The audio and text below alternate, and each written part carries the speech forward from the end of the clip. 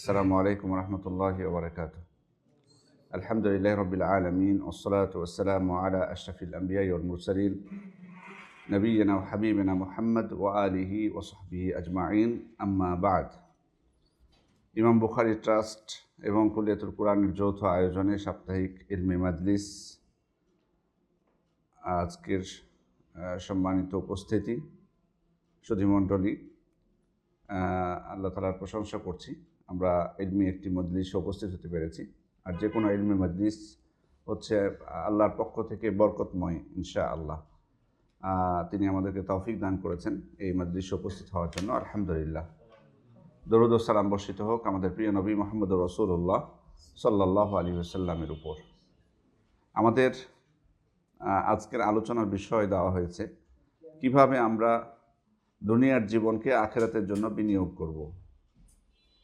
কিভাবে আমরা দুনিয়ার জীবনকে আখিরাতের জন্য বিনিয়োগ করব, এই প্রশ্নের উত্তর যদি এক বাক্যে চাওয়া হয় আপনাদের কাছে বা আমাদের কাছে, সবার কাছে এক বাক্যে চাওয়া হয় এই প্রশ্নের উত্তরটা, তাহলে আপনি কি বাক্যটা লিখবেন? কিভাবে আমরা দুনিয়ার জীবনকে আখিরাতের জন্য বিনিয়োগ করব? আমি চাচ্ছি এক বাক্যে বলবেন, একটার বেশি বাক্য বলা যাবে না। কেউ রাজি আছেন বলতে? না, আমি এক বাক্যে বলবেন যে আপনি পরে ওই যে উনি জি বলেন আমলে সালেহ করব, এক বাক্যে। মাশাআল্লাহ, চমৎকার। জি, আপনি আপনি কিছু বলছিলেন?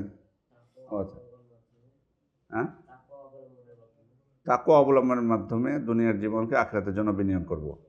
জি, চমৎকার। আর কিছু? লা ইলাহা ইল্লাল্লাহর শর্তসমূহ পালন করে দুনিয়ার জীবনকে আখিরাতের জন্য বিনিয়োগ করব। জি, সুন্দর, মাশাআল্লাহ। এক কথায় জবাব যদি আমরা চাই তাহলে অবশ্যই সবগুলোই সুন্দর জবাব হয়েছে, মাশাআল্লাহ। আসলে আমরা মানে দুনিয়ার জীবনকে কেন বিনিয়োগ করব আখিরাতের জন্য? দুনিয়ার জীবনটাকে দুনিয়ার জীবনের মতোই, দুনিয়ার জীবনটাকে কিভাবে আমরা সফল করতে হয়, কিভাবে লাভবান হব, সেটাই কি চেষ্টা করা উচিত না? আমাদের আখিরাত নিয়ে ভাবার এত প্রয়োজন কি? আমি দুনিয়াতে বেঁচে আছি, এখন আমি দুনিয়ার জীবন নিয়ে ভাববো যে এখানে কি সফলতা পাওয়া যাবে। কিন্তু কেন মানে বিষয় দেওয়া হলো যে আখিরাতের জন্য বিনিয়োগ করা, মানে আখিরাতের কথা কেন আমাদেরকে ভাবতে হবে? কারণ হলো যে আখিরাতটাই হলো আসলে আমাদের মূল লক্ষ্য। দুনিয়ার জীবনে শুধুমাত্র এটা একটা খুবই ক্ষণস্থায়ী একটা সময়, খুবই অল্প একটা সময় আল্লাহ তাআলা পরীক্ষা করার জন্য আমাদেরকে পাঠিয়েছেন। এই জন্য আল্লাহ রাসূল সাল্লাল্লাহু আলাইহি ওয়াসাল্লাম সূরা তিরমিজির হাদিস, তিনি বলছেন মালি ওয়ালিদ দুনিয়া, দুনিয়ার সাথে আমার সম্পর্কটা কি? কি সম্পর্ক আমার? মা আনা ফিদ দুনিয়া ইল্লা কারাকিবিন ইসতাযাল্লা তাহতা শাজারাতিন। আমার দুনিয়ার উদাহরণ হচ্ছে একজন পথিকের মতো, যে পথিক চলতে চলতে একটা গাছের ছায়ায় আশ্রয় নিল, গাছের ছায়ায় আশ্রয় নিল, সুম্মা রাহা ওয়া তারাকাহা, কিছুক্ষণ বিশ্রাম করার পর এরপর চলে গেল সেখান থেকে। অনেক দূরের পথ উনি যাচ্ছিলেন, একটা জায়গায় পৌঁছতে চাচ্ছেন, তো উনি মানে চলতে চলতে ক্লান্ত হয়ে গেছেন। তখন উনি বলছেন যে একটা গাছ পেয়েছি, একটু ছায়ায় আমি একটু বিশ্রাম নিই। তখন উনি বিশ্রাম নিতে শুরু করেছেন। বিশ্রাম নেওয়ার পর, আচ্ছা, ওই পথিকের উদ্দেশ্য কি ওই গাছের ছায়াটা? উনি কি সারা জীবনই থেকে যাবেন ওখানে? না, শুধুমাত্র কিছু সময়ের জন্য বিশ্রাম নিচ্ছেন, কিছু সময়ের জন্য শুধু বিশ্রাম নিচ্ছেন। ওনার মূল লক্ষ্য এই গাছের ছায়া নয়। তেমনইভাবে যদি আমি বলি যে দুনিয়াটাই আমার মূল লক্ষ্য, যেটা আমরা বানিয়ে ফেলেছি, দুনিয়ার সফলতাটাই সফলতা ভাবতেছি, তাহলে ওই পথিক যদি মনে করতেন যে গাছের ছায়ায় থেকে যাই আমি, আর যাওয়ার দরকার নেই, এখানে ভালো লাগতেছে আমার, চলতে তো হচ্ছে না, কষ্ট হচ্ছে না, এখানে আমি বিশ্রাম পাচ্ছি, তাহলে তার মতো হয়ে যেত, তার মতো হয়ে গেল বিষয়টা। কিন্তু তার এই কথা কি গ্রহণযোগ্য হবে? না, উনি তো কোনো জায়গায় নির্দিষ্ট একটা লক্ষ্যে রওনা করেছেন, সেখানে তাকে পৌঁছতে হবে। উনি শুধুমাত্র অল্প সময় বিশ্রাম নিচ্ছেন। তো দুনিয়ার জীবনে আমরা শুধুমাত্র এই অল্প সময়, শুধুমাত্র বিশ্রামটুকুর যেটুক সময় তার পথ চলার মধ্যে, যেটা হবে খুবই অল্প, দুনিয়ার জীবনটাই সে তুলনায় খুবই অল্প আসলে। এই জন্য আল্লাহ রাসূল সাল্লাল্লাহু আলাইহি ওয়াসাল্লাম অন্য হাদিসে বলছেন কুন ফিদ দুনিয়া কাআন্নাকা গরীবুন আও আবিরুস সাবিল। এটাও কিন্তু একটা পথ, কিভাবে আপনি বিনিয়োগ করবেন দুনিয়াকে আখিরাতের জন্য। এই নীতিটা যদি আমাদের জীবনে বাস্তবায়ন করতে পারি, তুমি দুনিয়াতে থাকো কিসের মতো? গরিবের মতো। গরিব বলা হয়, গরিব বলতে এই গরিব মানে যার টাকা পয়সা নেই এটা কিন্তু না, বরং কাকে বলা হয় গরিব? অপরিচিত, প্রবাসী, হঠাৎ নতুন কোথাও কেউ কোনো জায়গায় গেছেন, গরিব, তো আপনি প্রবাসী যদি হন, আপনি সৌদি আরব গেলেন, আপনি সেখানে গরিব, তো মূল ওটা কিন্তু আপনার ঠিকানা না, মূল ঠিকানা কিন্তু বাংলাদেশ। তো সেখানে যাওয়ার পর আমরা যখন কোনো এক জায়গায়, যারা বিশেষ করে ফ্যামিলি নিয়ে যায় না, কাজের জন্য যায় সেখানে, তো সেখানে আমরা কি কিনতে পারি, মানে কি নিয়ে থাকি ওখানে, একাই যদি যারা থাকে তারা কি একটা সম্পূর্ণ একটা বাসা ভাড়া নেয়, যে পুরো একটা বাসা ভাড়া নেয়, আর তারপরে যেগুলো যে আসবাবপত্র আছে বাসার ফার্নিচার আছে সব কিনে ফেলে, তাই না? মানে ফ্রিজ থেকে শুরু করে আলমারি থেকে শুরু করে সব খাটটা সুন্দরভাবে কি বাসা সাজায়? না, এটা কিন্তু করে না কেউ।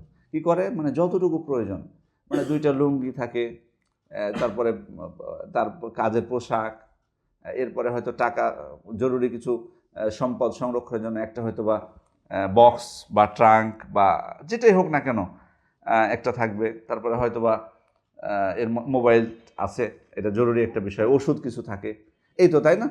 মানে যেটুকু প্রয়োজন হয়। আমরা তো ওখানে বাড়িঘর সাজাই না কেউ, কারণ ওটা আমার মূল লক্ষ্য না। আমার বাড়িতে হচ্ছে বাংলাদেশে, সেখানে আমি কাজের জন্য গেছি, তো সেখানে কিন্তু আমি এত কিছু চাচ্ছি না, যেটুকু শুধুমাত্র জরুরি আমার জীবন চলার জন্য সেটুকুই চাচ্ছি।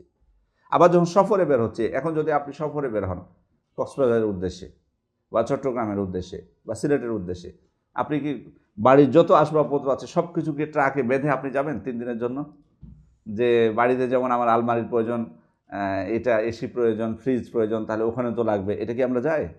না, শুধু জরুরি যে জিনিসগুলো, মানে কাপড় চোপড়, হয়তো কিছু ওষুধপত্র, মোবাইল, চার্জার, এগুলো নিয়ে কিন্তু আমরা বের হচ্ছি।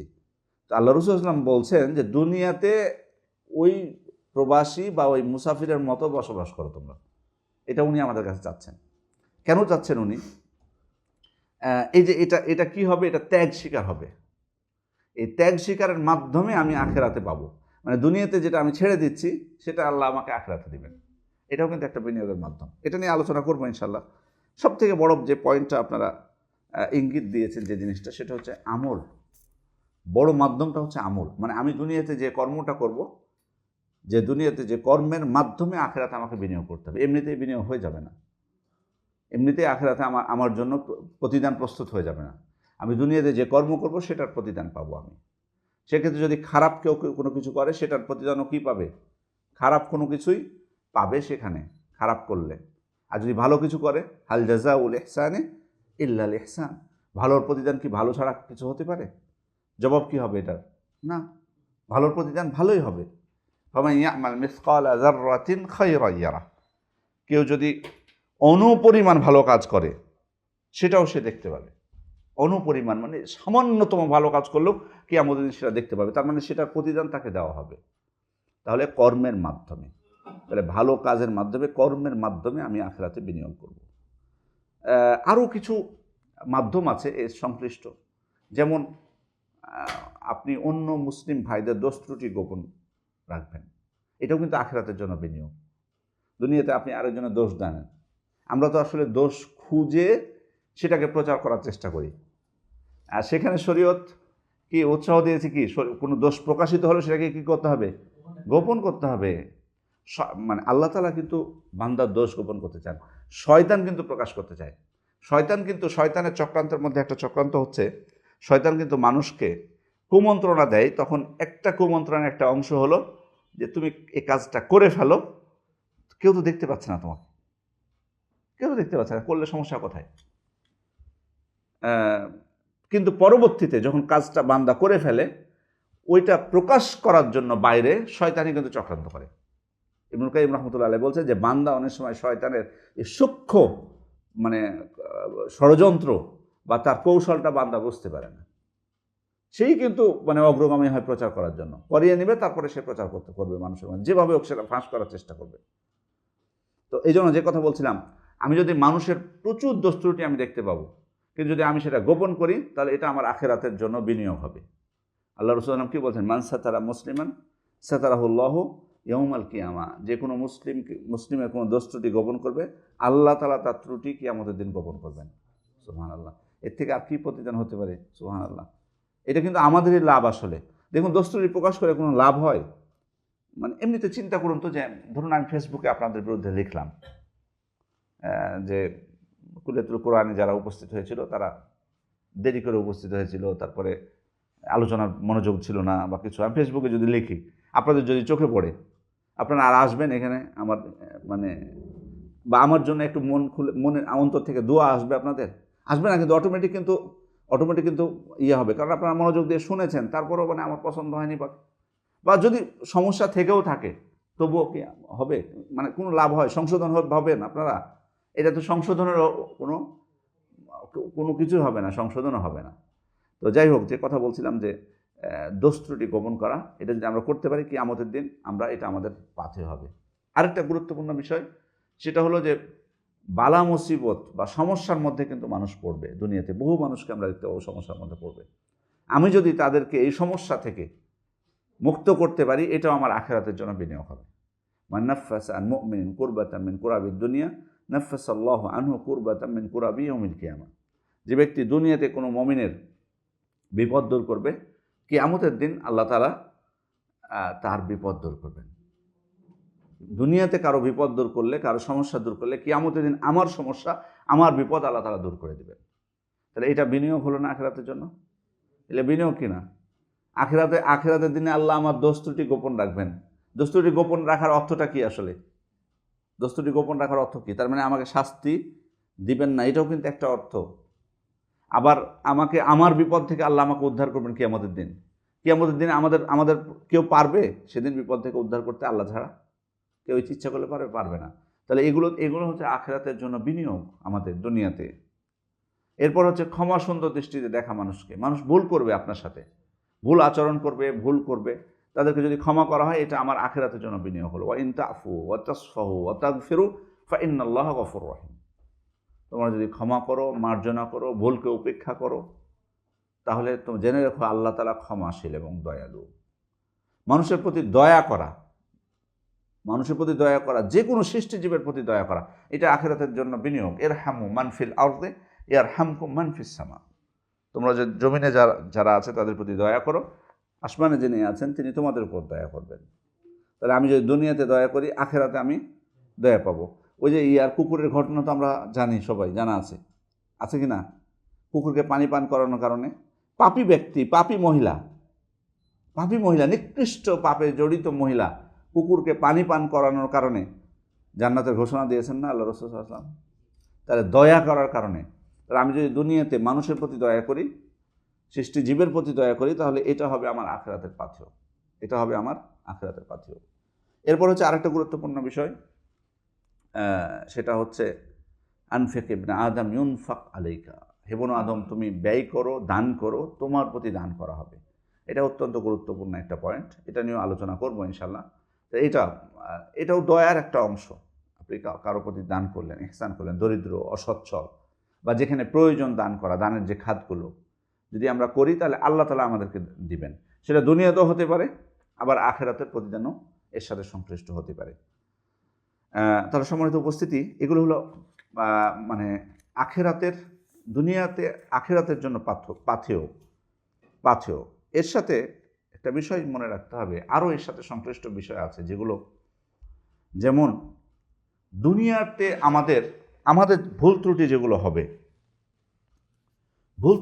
হবে, আমাদের জীবন চলার পথে, আমরা মুসলিম হিসেবে আমাদের কিন্তু অনেক ত্রুটি বিচ্যুতি হতে পারে মানুষ হিসেবে। ধরুন যে ইবাদতগুলো আমাদের উপর ফরজ করা হয়েছে, ইবাদতে ত্রুটি হয় কিনা, আমাদের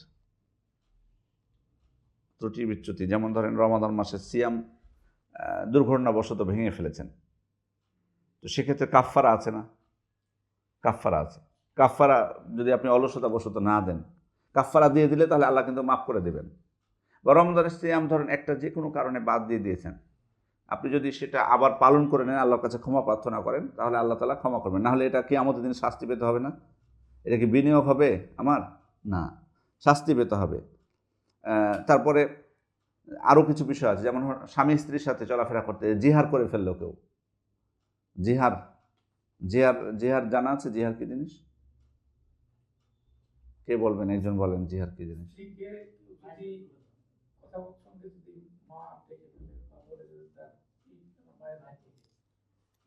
মতো।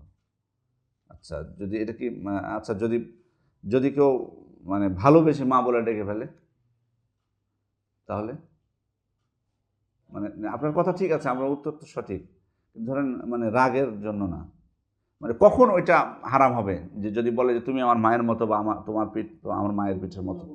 হ্যাঁ, তুলনা, তুলনাটা কি কি দিক থেকে আর একটু যদি বুঝিয়ে বল। হ্যাঁ, অবশ্যই বিধান, অবশ্যই বিধান আছে, অবশ্যই বিধান আছে, জিহারের বিধান মানসুখ না, জিহারের বিধান মানসুখ না। এটা কখন আসলে কি উদ্দেশ্যে বলবে যে না, যদি বলে যে তোমার মানে আমি উদাহরণস্বরূপ বলছি, ধরেন আঙ্গুলগুলো দেখতেছে ওনার ওয়াইফের, আঙ্গুলগুলো দেখতে দেখতে বলছে তোমার আঙ্গুলগুলো আমার মায়ের আঙ্গুলের মতো, তাহলে হারাম হয়ে যাবে না?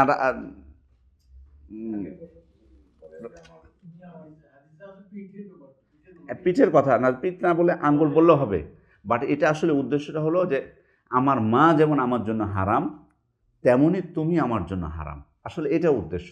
নিয়ত যদি তার এটা হয় তখন হবে জিহার। এটা মানে ওইটা বলার উদ্দেশ্য হলো যে মানে আমার মায়ের মতো, মানে আমার মা যেমন, আমার মায়ের সাথে ওনার সম্পর্ক কি ছেলের সম্পর্ক, মাহারাম না, তেমনইভাবে তুমিও আমার মায়ের, বোঝানো হবে যে তুমি আমার মায়ের মতো, মানে মানে তোমার সাথে আমার কোনো সম্পর্ক নেই। এইটা রাগের মাথায় বলবে মানুষ, এই তার রাগের মাথায় যেমন তালাক দেয়, রাগ করে সম্পর্ক ছিন্ন করে, তেমন জিহাদটা হচ্ছে সম্পর্ক ছিন্ন করা। কিন্তু এই কথা দ্বারা উদ্দেশ্য হবে জিহাদটা হলো যে এই দিক থেকে তুলনা করা। কিন্তু কেউ যদি আবার আদর করে ডেকে ফেলে, এটা আমি শুধুমাত্র জানার জন্য বলছি, আপনাদেরকে ডাকতে বলিনি, কেউ আদর করে মা বলে ডাকলো বা আপা বলে ডাকলো বা যেটাই হোক, বা বোন বলে ডাকলো, এটাতে জিহারের হুকুম প্রযোজ্য হবে না। তবে এটা না, এটা করাটা উচিত না, তবে জিহারের হুকুম প্রযোজ্য হবে না এক্ষেত্রে। জিহার হলো যখন হারামের নিয়তে কথা বলবে তখন। এই জিনিসটা আমরা অনেকে পার্থক্য যাতে করি না, এই জন্য আমি বুঝিয়ে দিলাম জিনিসটা। এখন ধরুন জিহার কেউ করে ফেললো, জিহার করে যদি এখন সে জিহার করে অনেকে কিন্তু দিব্যি সংসার করতেছে, এরকম কিন্তু অনেক মানুষ আছে, তালাক দিয়ে দিব্যি সংসার করতেছে, আছে না? ভুলের কিন্তু অবশ্যই আছে। জিহাদ ধরুন করে ফেলেছে, এখন কিন্তু আল্লাহ তাআলা একটা বিধান দিয়ে দিয়েছেন, এক্ষেত্রে কাফফারার বিধান দিয়েছেন। এগুলো কেন? এগুলো কিন্তু আমাদের জন্যই কল্যাণকর। এগুলো হচ্ছে আমাদের বিনিয়োগে লস হবে না যদি আমরা এই কাফফারাগুলো আদায় করি, ত্রুটি বিচ্যুতিগুলো আদায় করি। সালাত আমরা পড়তেছি, সালাতের মধ্যে যদি ভুল হয়ে যায় তাহলে সহসিজদা দিতে হবে, তাহলে কি হবে? আমার বিনিয়োগটা পুরোপুরি সফল হবে, না হলে কি বিনিয়োগে ঘাটতি আসবে, ক্ষতিগ্রস্ত হব আমরা। এটাই হচ্ছে মূল কথা। এজন্যই দুনিয়াতে চলার পথে যদি ভুল হয়ে যায় তাহলে আমাদেরকে চেষ্টা করতে হবে সে ভুল ত্রুটিটা দুনিয়াতেই সংশোধন হয়ে জন্য। এই জন্য শরীয়ত যে জরিমানাগুলো আমাদের উপর সাব্যস্ত করেছে, কাফফারা হোক ফিদিয়া হোক যেটাই হোক না কেন, সেটা আমরা পুরোপুরি মেনে চলবো। সাহাবায়ে কেরাম দেখুন, মায়েজ আসলামের ঘটনা আমরা জানি। উনি এসে কি বলেছেন আল্লাহ রাসূল সাল্লাল্লাহু আলাইহি ওয়াসাল্লামকে, তাহিরনি ইয়া রাসূলুল্লাহ, আল্লাহ রাসূল আমাকে পবিত্র করুন। তা আল্লাহ রাসূল সাল্লাল্লাহু আলাইহি ওয়াসাল্লাম বারবার বলছেন কি, ওয়াই হাকের যে ফাস্তাগফিরুল্লাহ ওয়া তুব ইলাইহি, তুমি যাও, ফিরে যাও, আল্লাহর কাছে ক্ষমা প্রার্থনা করো, তার কাছে তওবা করো। 3 বার বলেছেন, তারপরে আবার যখন 4র্থবার এসে বলেছেন তখন তিনি বলছেন আবিহি হাল বিহিম জুনুন, এর কি হয়েছে, কি পাগল হয়ে গেছে নাকি? আউশারিবাল খমর, নাকি মদ পান করেছে? সাহাবায়ে কেরাম দেখলেন পরীক্ষা করে যে না, মদ পানও করেনি, আবার পাগলও হয়নি। পরে জানতে পারলেন কি, তিনি ব্যভিচার করেছিলেন। আল্লাহ রাসূল সাল্লাল্লাহু আলাইহি ওয়াসাল্লামের কাছে এসে তাহিরনি, পবিত্র করুন, এটা দ্বারা কি বোঝাতে চাচ্ছে? যে আমার উপর শাস্তি কার্যকর করুন, দুনিয়াতে ব্যভিচার করার যে শাস্তি সেটা আপনি কার্যকর করুন। তারপরে তো শাস্তি কার্যকর করা হলো তার উপর। এরপর গামিদি নারী, যিনিও ব্যভিচার করেছিলেন, তিনি ব্যভিচার করার কারণে তার পেটে বাচ্চাও চলে আসে। পরে আল্লাহ রাসূল সাল্লাল্লাহু আলাইহি ওয়াসাল্লাম কি বললেন, যে বাচ্চা আগে তুমি প্রসব করো, তারপরে তখন তোমার উপর শাস্তি কার্যকর। পরে আবার দুধ পান করার যখন সমস্যা দেখলেন, বললেন দুধ পান করা শেষ করো, তারপর শাস্তি কার্যকর করব। তারপরেও একজন দায়িত্ব নিলেন দুধ পান করার, তখন তার উপর শাস্তি কার্যকর করলেন। তার শাস্তি কার্যকর করার সময় একটা পাথরের আঘাতে তার মাথা থেকে রক্ত ছিটকে আসে। একজন সাহাবী কিছুটা মানে একটু অভিশাপ দিয়েছিলেন তাকে। তো আল্লাহ রাসূল সাল্লাল্লাহু আলাইহি ওয়াসাল্লাম তখন তাকে সতর্ক করে বলেছিলেন যে তুমি তাকে অভিশাপ দিচ্ছ, বা মায়েজ আসলামের ক্ষেত্রে ঘটেছিল যে তাদের ব্যাপারে তোমরা মন্দ কথা বলতেছো, তাদের উপর শাস্তি কার্যকর করা হয়েছে। তাই তারা এমন তওবা করেছে, লাকাদ তাবা তাওবাতান লাউ কুসিমাত বাইনা উম্মাতিন লাওয়াসিআতহুম, সে এমন তওবা করেছে যদি ওই তওবা পুরো একটা জাতির মধ্যে ভাগ করে দেওয়া হতো তাহলে সেটাই তাদের জন্য যথেষ্ট হতো। এমন তওবা করেছে তারা। তাহলে এখানে প্রশ্নটা আমার বা আমাদের চিন্তার বিষয় যে তারা কেন এত আগ্রহী হয়ে শাস্তি কার্যকর করতে বলছেন, এসে কি উদ্দেশ্যে ছিল? বারবার এসে আল্লাহ রাসূল ফিরিয়ে দিচ্ছিলেন, তার ফিরে গেলেন না কেন? কি উদ্দেশ্য এখানে ছিল? উদ্দেশ্যটা ছিল, বলুন উদ্দেশ্যটা কি? উদ্দেশ্যটা হচ্ছে আমাদের বিষয় যেটা আজকের, মানে আমি আখেরাতে যাতে আমার বিনিয়োগ, আখেরাতে যাতে আমি ক্ষতিগ্রস্ত না হই। মানে দুনিয়াতে শাস্তি কার্যকর করে ফেলুন, কিন্তু আখেরাতে যাতে আমি মুক্তি পাই। তাদের মূল উদ্দেশ্য হলো আখেরাতে মুক্তি পাওয়া। তাহলে এটাও একটা মাধ্যম, তাহলে যে দুনিয়াতে যে ভুলের কারণে যে সমস্ত ক্ষতিপূরণের ব্যবস্থা আছে, সে ক্ষতিপূরণগুলোর দিকে আমাদের মনোযোগী হওয়া, এটা একটা আখেরাতে বিনিয়োগের মাধ্যম হতে পারে। আমলের ক্ষেত্রে অবশ্যই অবশ্যই যে আমল, কোন আমলটা বিনিয়োগ হবে আসলে, আমলের ক্ষেত্রে যেহেতু কথা হয়েছে, কোন আমলটা আসলে বিনিয়োগ হিসেবে গণ্য হবে আখিরাতে? কোনো শর্ত নাই, কোনো শর্ত নাই, যে কোনো আমল। কি আমলের ক্ষেত্রে? আমল সালেহ, জি, আমল সালেহের ক্ষেত্রে শর্ত আছে দুইটা মৌলিক। এটা আমাদের সবসময় মনে রাখতে হবে, মুখস্থ রাখতে হবে সবসময় মাথায়। এটা ইখলাস, একনিষ্ঠ হতে হবে আল্লাহর জন্য। যদি শিরক মিশ্রিত থাকে তাহলে ওই আমল আখিরাতের জন্য বিনিয়োগ হবে না। তার বড় প্রমাণ হচ্ছে আল্লাহ তাআলা কি বলছেন, ফামান কানা ইয়ারজু লিকা রাব্বিহি ফালিয়ামাল আমালান সালিহান ওয়ালা ইউশরিক বিইবাদাতি রাব্বিহি আহাদা। খেয়াল করুন, ফামান কানা ইয়ারজু লিকা রাব্বিহি, যে তার রবের সাক্ষাৎ কামনা করে, তার মানে আখিরাতের কথাই কিন্তু, মানে আখিরাতে মুক্তি পেতে চায়, আখিরাতে আল্লাহর দর্শন চায়, আল্লাহর সাক্ষাৎ চায়। তাহলে কি করতে হবে? তাকে সৎ আমল করতে হবে এবং ওয়ালা ইউশরিক বিইবাদাতি রাব্বিহি আহাদা, তার ইবাদতে কাউকে শরীক করা যাবে না। তার মানে একনিষ্ঠ হতে হবে আমলটা কার জন্য? আল্লাহর জন্য। তাহলে এটা প্রথম শর্ত। এখানে বুঝলাম আখিরাতের বিনিয়োগের জন্য প্রথম শর্ত হলো যে আমল একমাত্র একনিষ্ঠ হবে আল্লাহর জন্য হতে হবে। দ্বিতীয় হচ্ছে রাসূল সাল্লাল্লাহু আলাইহি ওয়াসাল্লামের দেখানো পদ্ধতিতে আমাকে আমলটা করতে হবে, তাহলে ওটা বিনিয়োগ হবে। এই জন্য আল্লাহ তাআলা বলছেন, লাকাদ কানা লাকুম ফি রাসূলিল্লাহি উসওয়াতুন হাসানাতুন লিমান কানা ইয়ারজুল্লাহা ওয়াল ইয়াউমাল আখির। খেয়াল করে দেখুন বিষয়টা, যে তোমাদের জন্য রাসূলের মধ্যে রয়েছে উত্তম আদর্শ। কাদের জন্য এটা? যারা আল্লাহ এবং পরকালকে কামনা করে। তার মানে খেয়াল করে দেখেছেন, তার মানে পরকালে যদি আমি মুক্তি পেতে চাই, সফল হতে চাই, তাহলে আমাকে রাসূল সাল্লাল্লাহু আলাইহি ওয়াসাল্লামকে আদর্শ হিসেবে গ্রহণ করতে হবে। আমলের ক্ষেত্রে রাসূলকে আদর্শ হিসেবে গ্রহণ করতে হবে। তার মানে তিনি যেভাবে আমলটা করেছেন সেভাবে যদি আমি করি, তখন এটা আমার হবে কি? বিনিয়োগ। তাছাড়া ওটা আমার কোনো কাজে আসবে না। এই দুইটা জিনিস অবশ্যই আমাদেরকে খেয়াল রাখতে হবে। এরপরে যে বিষয়টি, সেটি হচ্ছে কষ্ট সহ্য করতে হবে। দুনিয়াতে কিন্তু বিভিন্ন ধরনের বালা মুসিবত, কষ্টের শিকার আমরা হব। মানে একটা জিনিস মনে রাখবেন, যে এটা যেন আবার চিন্তা না হয় যে টাকা পয়সা যাদের নাই তারাই শুধু কষ্ট পাবে, এটা না। টাকা পয়সা থাকার পরও কষ্ট পাওয়ার সম্ভাবনা নেই, কত দিক থেকে আছে। দিন পালন করতে গেলে আসলেই কিন্তু কষ্টের শিকার হতে হবে। মানে আপনাকে যে সবসময় হতে হবে 24 ঘন্টা বা প্রতি বছরের প্রত্যেকটা দিন, বিষয়টা এমন না, কিন্তু হতে হবে। কারো বেশি হবে, কারো কম হবে, কিন্তু কষ্টের শিকার কিন্তু হতেই হবে। সাহাবা ইকরামের ক্ষেত্রে এই কষ্ট যতটুকু আমরা করতে পারবো, যতটুকু কষ্ট করতে পারবো, ওটা আমার হবে কি? ওই কষ্টটুকু হবে কি? আখিরাতের জন্য বিনিয়োগ। কিন্তু শর্ত হলো ওই কষ্টটুকু করতে হবে কার? আল্লাহর সন্তুষ্টির জন্য। এটা যেন মনে থাকে। মানে দুনিয়াতে কিছু পাওয়ার জন্য আমি কষ্ট করলাম আর আমি ভাবতেছি যে এটা আমি আখিরাতে বিনিয়োগ হবে, এটা কিন্তু হবে না।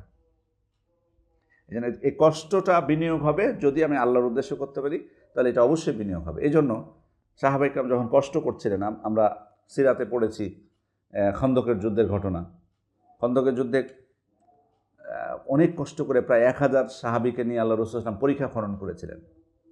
দীর্ঘ 3 কিলোমিটার ছিল সেই পরীক্ষা, এবং অনেক গর্ত, প্রায় 10 হাত পরিমাণ গর্ত করেছিলেন তারা। অথচ কোনো খাবার ছিলেন না, অল্প কিছু খাবার নিয়ে এসে শুরু করেছিলেন, তারপরে খাদ্য সংকটে পড়ে যান তারা, প্রচণ্ড খাদ্য সংকটে। ওই অবস্থাতেও ক্ষুধার পেট নিয়ে সাহাবা ইকরাম এই কঠিন কাজটা করছিলেন। সে সময় আল্লাহ রাসূল সাল্লাল্লাহু আলাইহি ওয়াসাল্লাম তাদেরকে বলেছিলেন, লক্ষ্য করে সহিহ বুখারী বর্ণনা, আল্লাহুম্মা লা আইশা ইল্লা আইশুল আখিরা, আল্লাহুম্মা লা আইশা ইল্লা আইশুল আখিরা ফাগফির লিল মুহাজিরিন ওয়াল আনসার। হে আল্লাহ, কোনো আরাম নেই আখিরাতের আরাম ছাড়া। অতএব আপনি আনসার এবং মুজাহিদদেরকে ক্ষমা করে দিন। এখান থেকে কি বোঝা গেল? এখান থেকে কি প্রমাণ পাওয়া গেল যে কষ্ট যেটা করছে সাহাবা ইকরাম, এই কষ্টের প্রতিদানটা বা এটা বিনিয়োগ হবে কিসের জন্য? আখিরাতের জন্য। এটাই কিন্তু এখান থেকে প্রমাণিত হচ্ছে। তাদের এই কষ্টটা বিনিয়োগ হবে আখিরাতের জন্য। সাহাবা ইকরাম কত কষ্ট করতে হয়েছিল, যে বিশেষ করে হিজরতের সময় একটু যদি আমরা একটু খেয়াল করি, যে তাদের ত্যাগের বিষয়গুলো আপনি খেয়াল করে দেখুন, বিভিন্ন যে ঘটনাগুলো ওই সময় কিন্তু মানে কাফেরদের নির্যাতন, এটা তো একটা বড় চ্যালেঞ্জ ছিল। এই নির্যাতনের সাথে সাথে আরেকটা কিন্তু বড় চ্যালেঞ্জ ছিল, হিজরতেরও কিন্তু অনুমতি আল্লাহ তাআলা দিয়েছেন, কিন্তু হিজরতটা কি সহজ ছিল? বলেন, আপনাদের অনেকের ঘুম আসতেছে, চা লাগবে? বলেন, হিজরতটা কি সহজ ছিল? না, ওইটা তো ত্যাগ করাটা তো অনেক কঠিন সাহাবা ইকরামের জন্য। মানে এটাও তো একটা বড় পরীক্ষা, যে নিজের সম্পদ, নিজের দামি বাড়ি রেখে অন্য জায়গায় যাবে, এটা তো কঠিন জিনিস।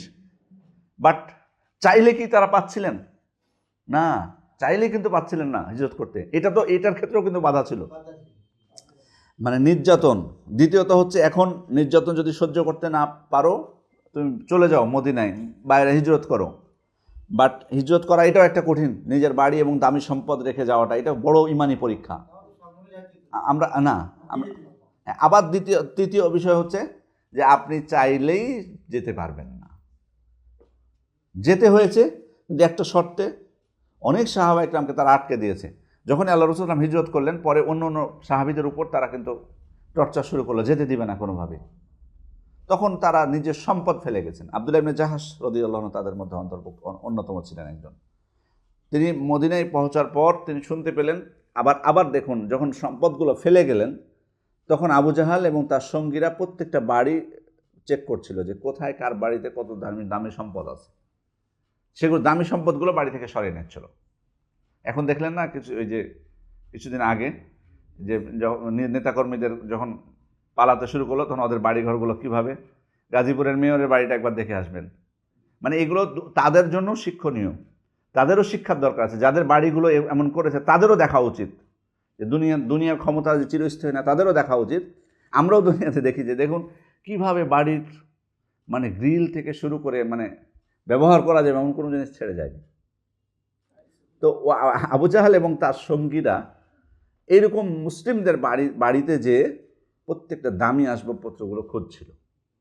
তো আব্দুল্লাহ ইবনে জাহাশ শুনতে পেলেন যে তার বাড়িতে অনেক দামি আসবাবপত্র ছিল। আবু জাহাল সেই আসবাবপত্রগুলোকে সরিয়ে নিচ্ছে। ব্যথা তো লাগবে, মানুষ ছিলেন না তারা, বলুন তো, ত্যাগ না হয়ে স্বীকার করেছেন, তাই বলে যদি শুনতে পায় যে আমার সম্পদ নিয়ে যাচ্ছে, একটা কষ্ট কিন্তু আসবে। আল্লাহ রাসূল সাল্লাল্লাহু আলাইহি ওয়াসাল্লামকে যে বলেন, ইয়া রাসূলুল্লাহ আলা তারদা, আল্লাহ রাসূল সাল্লাল্লাহু আলাইহি ওয়াসাল্লামকে যে বললেন যে আল্লাহ রাসূল, আবু জাহাল তো, আমি তো ছেড়ে এসেছি আমার বাড়ি, আবু জাহাল এবং তার বাহিনী আমার বাড়ির দামি আসবাবপত্রগুলো সরিয়ে নিচ্ছে। তো আল্লাহ রাসূল সাল্লাল্লাহু আলাইহি ওয়াসাল্লাম তাকে বললেন, আলা তারদা ইয়া আব্দুল্লাহ আইয়ুতিয়াকাল্লাহু বিহা দারান ফিল জান্নাহ, তুমি কি চাও না যে আল্লাহ তাআলা এর পরিবর্তে জান্নাতে তোমাকে একটি বাড়ি দান করবেন? তো আব্দুল্লাহ ইবনে জাহশ রাদিয়াল্লাহু আনহু তখন অঝরে কাঁদতেছিলেন, চোখ দিয়ে পানি বের হয়ে গেছে, আনন্দে বের হয়ে গেছে। তাহলে এই যে ছাড়টা, তিনি ত্যাগটা স্বীকার করেছেন। এক হলো ফেলে এসেছেন মদিনায় দামি বাড়ি, দামি আসবাবপত্র, আবার শুনতে পেয়েছেন যে কাফেররা নিয়ে নিচ্ছে, সে সময় ধৈর্য ধারণ করেছেন। এটাই কিন্তু হয়ে গেছে তার কি, আখিরাতের বিনিয়োগ।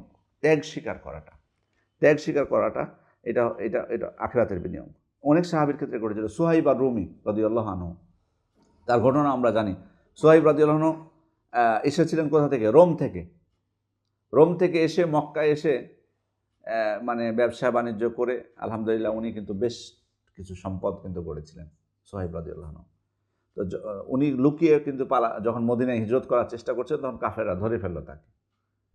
তো এবং খোঁটা দিয়েছিল, খোঁটা দিয়ে বলেছিল যে সুহাইব, তুমি যখন রোম থেকে আসো তখন কিচ্ছু ছিল না, তোমার নিঃস্ব ছিলে। ওই সময় তুমি এখানে ব্যবসার সুযোগ পেয়েছো, এরপর ব্যবসা করে তুমি সম্পদশালী হয়েছো, টাকা পয়সা তোমার হয়েছে, এখন এত সহজ যে তুমি এইগুলো নিয়ে তুমি মদিনায় আরামে চলে যাবা, তোমাকে যেতে দিব? তো উনি তখন বললেন যে আচ্ছা, তোমাদের জন্য যদি আমি আমার সমস্ত সম্পদগুলো রেখে যাই, তাহলে আমাকে যাওয়ার অনুমতি দিবা কিনা? তো ওরা তো ছিল আসলে দুনিয়া লোভী, সম্পদ লোভী। বললো যে হ্যাঁ সমস্যা নেই, রাজি আছি তাহলে। তো উনি উনার প্রকাশ্য যে সম্পদগুলো ছিল সেগুলো তো দিয়েছিলেন, গোপন যে জায়গায় লুকানো ছিল সম্পদগুলো সেগুলো বলে দিলেন যে আমার বাড়ির অমুক জায়গায় এই সম্পদগুলো তোমরা বাবা যাও নিয়ে নাও। নিয়ে ছুটেছেন মদিনায়, মানে আমাকে যাওয়া লাগবে মদিনায়, নির্দেশ আল্লাহ রসুল আসলামের। মদিনায় তখনও আল্লাহ রসুল আসলাম কুবা ত্যাগ করেননি, কারণ উনি প্রথমে কোথায় ছিলেন? কুবায় না? প্রথমে কুবায় ছিলেন, কুবা তখনও ত্যাগ করেননি, তখন আল্লাহ রসুল আসলাম কুবায় অবস্থান করছেন। আল্লাহ রসুল আসলামের সামনে যখন গেছেন তখন সোহেব রাদিয়াল্লাহুকে দেখে আল্লাহ রসুল আসলাম বলছেন রবি হালবাই ইয়া আবা ইয়াহিয়া, বা এই জাতীয় দেখেছিলেন, অর্থাৎ তোমার ব্যবসা কি হয়েছে? লাভবান হয়েছে, ব্যবসা লাভবান হয়েছে। সুবহানাল্লাহ। সোহেব রাদিয়াল্লাহু বলেছিলেন আল্লাহ রসুল আসলামকে যে আল্লাহ রসুল, আমার সাথে এ ঘটনা ঘটার পর আমার আগে আপনার কাছে কেউ পৌঁছতে পারেনি। আমার সাথে এ ঘটনা যে ঘটেছে আমার আগে এসে আপনাকে কেউ সংবাদ দিবে এরকম কোনো ব্যক্তি আসেনি। তার মানে এই ঘটনার সংবাদ আল্লাহ রসুল আসলামকে দিয়েছেন কে? স্বয়ং আল্লাহ তাআলা দিয়েছেন, স্বয়ং আল্লাহ তাআলা দিয়েছেন। এই জন্য সোহেব রাদিয়াল্লাহুকে দেখার সাথে সাথে আল্লাহ রসুল আসলাম বলছেন রবি হালবাই, তোমার ব্যবসা সফল হয়েছে। এটা একটা ব্যবসা, ইমানি ব্যবসা, ব্যবসা তিনি ত্যাগ করেছেন তার সম্পদ, এটাই ব্যবসা বলেছেন। তোমার ব্যবসা তুমি সফল হয়েছো, ত্যাগ করেছো। তাহলে এটা ব্যবসা, তাহলে কি ব্যবসা লাভবান? এর প্রতিদান উনি লাভটা পাবেন কখন? আখেরাতে। বিনিয়োগ এগুলো হবে আখেরাতে। ত্যাগ স্বীকার করা, দিনের জন্য ত্যাগ স্বীকার করা, এটা অত্যন্ত গুরুত্বপূর্ণ বিষয়। আল্লাহ রসুল আসলাম নিজে কত ত্যাগ স্বীকার করেছেন। তার ওমর তিনি ঘুম থেকে উঠেছেন, ঘুম থেকে ওঠার পর আল্লাহ রসুল ওমর রাদিয়াল্লাহু সাক্ষাৎ করতে গেছেন আল্লাহ রসুল আসলামের কাছে। তো ওমর রাদিয়াল্লাহু খেয়াল করছেন যে আল্লাহ রসুল আসলামের পিঠ এবং পার্শ্ব দেশে মানে মানে দাগ পড়ে গেছে, চাটাইয়ের দাগ পড়ে গেছে, মাদুর যেটাকে বলা হয়, আপনারা তো চিনেন, সবাই পরিচিত এটা। ওটার উপর যদি সরাসরি কোনো বিছানা ছাড়া, কোনো কাপড় ছাড়া যদি ওটার উপর ঘুমায়, স্বাভাবিক দাগ পড়বে, দাগ পড়ে গেছে ওটার উপর। তো ওমর রাদিয়াল্লাহু আল্লাহ রসুল আসলামের শরীরের দিকে এই দৃশ্য দেখে কাঁদতে শুরু করেছেন। আল্লাহ রসুল আসলাম তাকে বলছেন যে তুমি কাঁদছো কেন?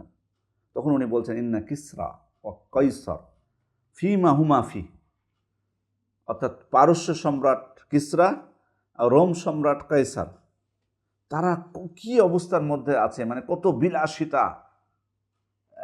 বিলাসিতার মধ্যে তারা আছে। ওয়ান্তা রসুল্লাহ, আর আপনি আল্লাহ রসুল, মানে তারা কত সুখের মধ্যে আছে, শান্তিতে আছে, বিলাসী জীবন যাপন করছে। আর তারা কারা? তাদের কি মূল্য আছে রবের কাছে, আল্লাহ তাআলার কাছে? আর আপনি হচ্ছেন আল্লাহ রসুল, আল্লাহ তাআলার কাছে সব থেকে শ্রেষ্ঠ বান্দা আপনি, সর্বশ্রেষ্ঠ রাসূল, সর্বশ্রেষ্ঠ মানুষ আপনি। অথচ আপনার এই অবস্থা, আপনার ঘুম থেকে জাগার পর আপনার শরীরে দাগ পড়ে গেছে, এটা এটা মেনে নেওয়া যায় নাকি? তখন আল্লাহ রাসূল সাল্লাল্লাহু আলাইহি ওয়াসাল্লাম তাকে বলছেন, ওমর রাদিয়াল্লাহু আনহুকে, আমা তারদা আন তাকুনা লাহুমুদ দুনিয়া ওয়া লানাল আখিরাহ, তুমি কি চাও না যে তাদের জন্য হোক দুনিয়া আর আমাদের জন্য হোক আখিরাতে? তাদের জন্য হোক দুনিয়াতে আর আমাদের জন্য হোক আখিরাতে, এটা কি চাও না?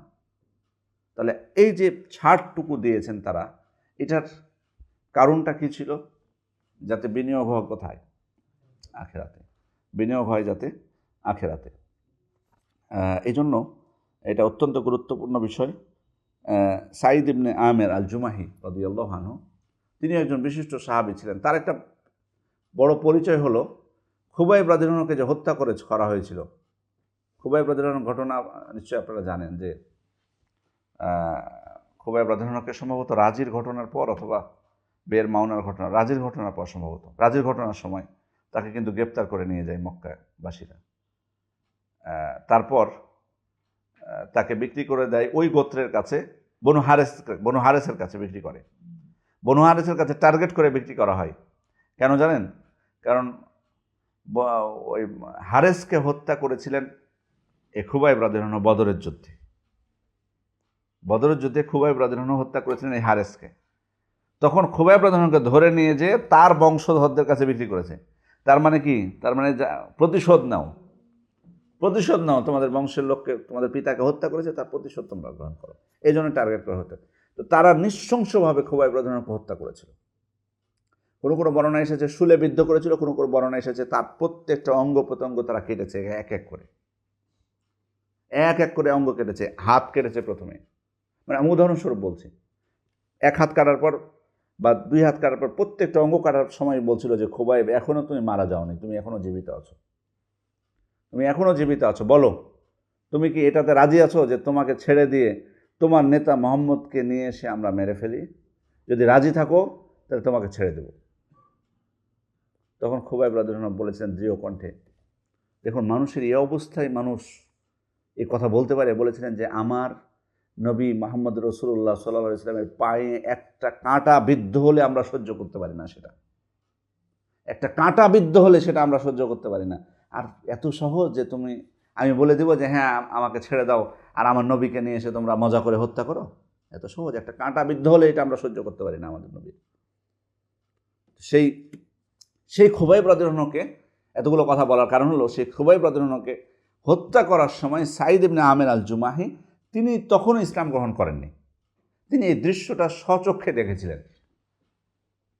তো বুঝতে পারছেন, মানে হকের দাওয়াত যারা গ্রহণ করে তাদের হৃদয়টা আল্লাহ প্রশস্ত করেন। তার খুব মায়া লেগেছিল দেখে, এই দৃশ্য দেখে উনি সহ্য করতে পারেননি, পরে ইসলাম গ্রহণ করেছিলেন সাঈদ ইবনে আমির আল জুমাহি রাদিয়াল্লাহু আনহু।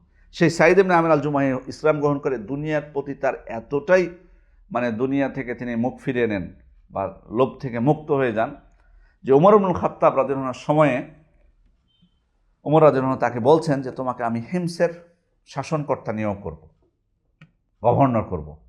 উনি দায়িত্ব নিতে নারাজ। উনি বলছেন না আমিরুল মুমিনিন, আমি দায়িত্ব নিতে পারবো না।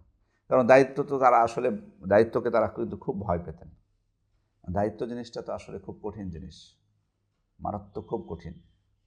মানে বান্দার প্রতি বান্দার হক জিনিসটা কিন্তু এতটা সহজ না। আপনি একটা প্রতিষ্ঠান চালাতে যান, এই যে এই প্রতিষ্ঠানটাই এখন তো কিছু মনে হচ্ছে না দেখে, কয়টা রুম আছে বা আছে। প্রতিষ্ঠানটা যিনি চালান তিনি কিন্তু ঠিকই বুঝতে পারেন যে প্রতিষ্ঠানটা চালাতে কত দিকে তাকে খেয়াল করতে হয়। আমরা যে কোনো প্রতিষ্ঠান চালালে তখন বুঝতে পারি। দেখবেন ধরেন আপনার শিক্ষক আছে, কিছু আপনার আছে কর্মচারী, প্রত্যেকের সাথে মানে তাদের হকটা দেওয়া, আপনি কাজ কতটুকু করিয়ে নিচ্ছেন তার কাছ থেকে, সত্যের বাইরে কি সত্যের ভিতরে, তার প্রাপ্য যদি বেশি কাজ করিয়ে নেন তাকে সহযোগিতা করেন কিনা, তার প্রাপ্যটুকু তাকে দিয়ে দেন কিনা, বাস্তবেই সে যতটুকু আপনার কাছ থেকে বেতন পাওয়ার যোগ্য ততটুকু আপনি তাকে দিচ্ছেন কিনা। অনেক বিষয় থাকে না এখানে। ভুল করলে শাস্তি আপনি দিচ্ছেন কতটুকু, যে শাস্তিটুকু আপনি দিলেন, ধমক হোক বা অর্থনৈতিক জরিমানা হোক বা যে কোনো শাস্তি হোক না কেন, কতটুকু আসলে সে মানে যোগ্য, তাকে বেশি করে ফেলেছেন কিনা, এগুলোর জন্য জবাবদিহিতা আছে কিনা বলেন। সহজ কি জিনিসগুলো? একটা প্রতিষ্ঠান চালাতে গেলে যদি এরকম হয় তাহলে রাষ্ট্র পরিচালনা কত কঠিন, হিসাব করেন আপনি। আপনি তো এমপি হওয়ার জন্য, চেয়ারম্যান হওয়ার জন্য কত উদ্গ্রীব না, হতে তো হবে, দায়িত্বশীল তো লাগবেই, বাট কিন্তু এটা ভাবি না যে আমাকে জবাবদিহি করা লাগবে। কত মানুষ, একটা পরিবারের মধ্যে ইনসাফ করা আমাদের জন্য কঠিন হয়ে যায়, সন্তানদের মধ্যে ইনসাফ আমরা করতে পারি না, কঠিন হয়ে যায়, বলি মানুষ তো ভুল হয়ে যায়। তাহলে আপনি এক এলাকার মানুষের মধ্যে ইনসাফ করবেন কি করে? আপনি একটা পুরো জাতি দেশের মধ্যে মানুষের মধ্যে ইনসাফ করা কি এত সহজ বিষয়? আমরা তো খুব সহজে সমালোচনা করি, কিন্তু আসলে সহজ না, জিনিসগুলো খুব কঠিন। তো যাই হোক, যে কথা বলছিলাম, কি প্রসঙ্গে আসলো আমি জানি না।